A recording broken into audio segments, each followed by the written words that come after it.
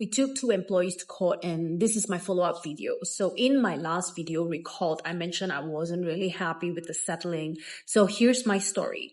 So when I decided to take on the court case, I spoke to a lot of mentors, right? Some of them, like, to be fair, a few of them were supportive. And everybody else was like, Wen, don't waste time, move on, focus on the business. And they were not wrong.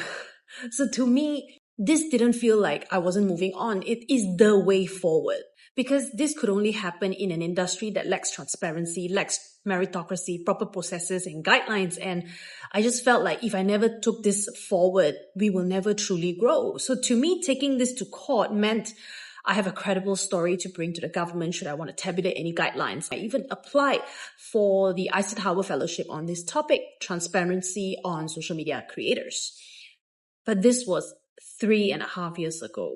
So now, 3.5 years ago, Malaysia was a different place, So PMX Anwar wasn't even in power yet. And a lot has changed since then. The Malaysian regulatory and business environment has shifted in a positive way with initiatives like the e-invoicing and also like the influencer income tax documentation that came out a couple of months ago. There has certainly been a lot more attention in the space. And so over time, I realized that this wasn't something that I had to carry alone anymore. With more structure coming into the industry, right, what I was fighting for started to feel less urgent. At the same time, with all the new challenges with AI and the pressure and the threat around the world, 3.5 years later, my priorities have shifted. Had the case moved faster, right, and the environment had been different, of course, I might have chosen differently. So, yeah, do I regret taking the case as a founder?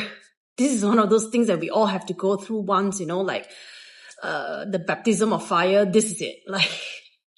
Now that I've gone through it, I'm a lot more bolder, a lot more empowered. If this happens to me again, I am ready to take on whoever that wants to take me on.